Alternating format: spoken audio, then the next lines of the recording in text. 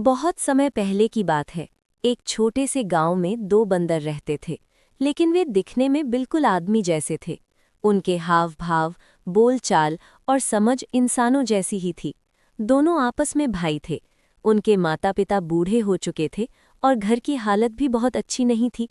दोनों भाइयों के मन में एक ही बात थी, कुछ बड़ा करना, मेहनत करके अपने माता पिता को सुख देना।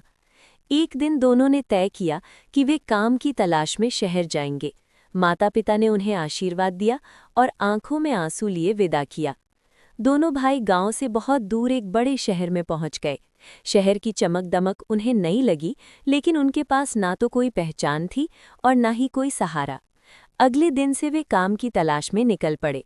कभी होटल में गए, कभी चाय की दुकान पर, कभी सब्जी मंडी, तो कभी कपड़े की दुकान पर। वे हाथ जोड़कर कहते, हमें कोई भी काम दे दीजिए, हम पूरी मेहनत से करेंगे।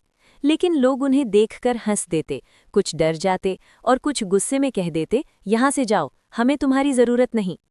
कई दुकानदार तो उन्हें डांट कर भगा देते थे। इस तरह काम ढूंढते ढूंढते 2 दिन बीत गए। दोनों थक चुके थे।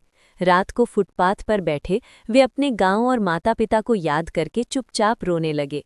फिर भी उन्होंने हार नहीं मानी। उन्होंने एक दूसरे से कहा, जब तक काम नहीं मिलेगा हम वापस नहीं जाएंगे।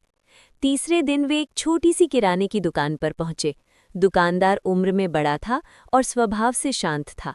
उसने दोनों की हालत देखी और पूछा, तुम दोनों काम करोगे?